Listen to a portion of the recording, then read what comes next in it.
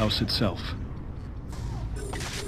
Lincoln's third and favorite son, Willie, died of typhoid fever. He was just 11 years old.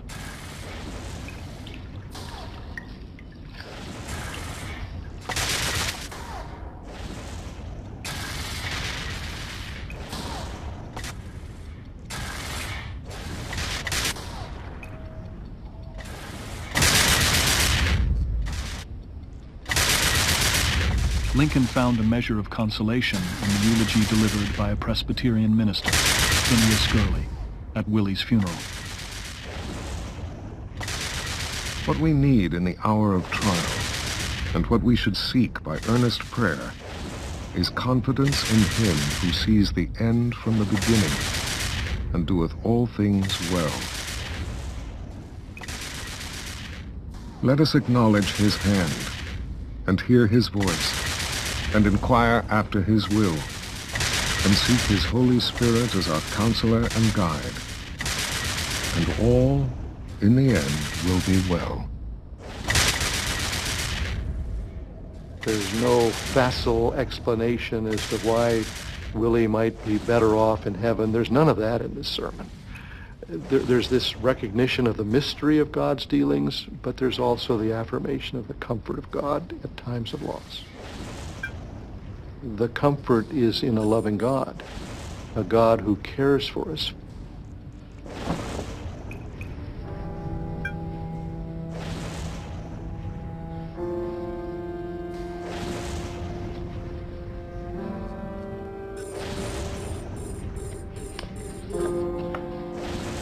Lincoln asked for a copy of Reverend Gurley's eulogy.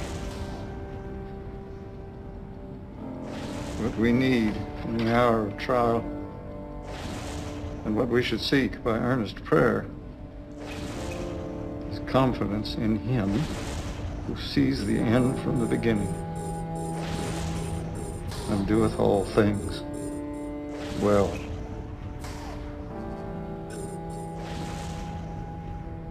This sermon is a real pivotal moment in Lincoln's life. Your son has died. You listen to this sermon. This pastor comes into the White House and suggests to you that you need to trust in a loving God with personality who acts in history.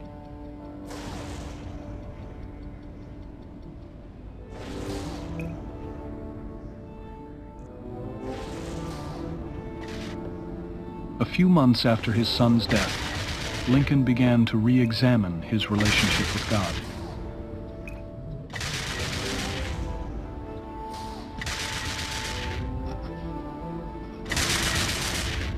It was untitled and undated. It's on a little slip of paper, lined paper.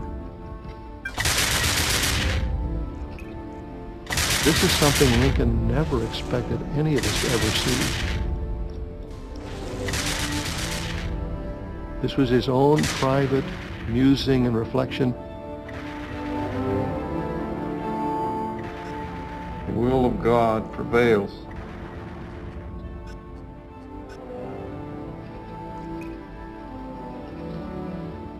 Lincoln is working out on paper his own problem, his own difficulty.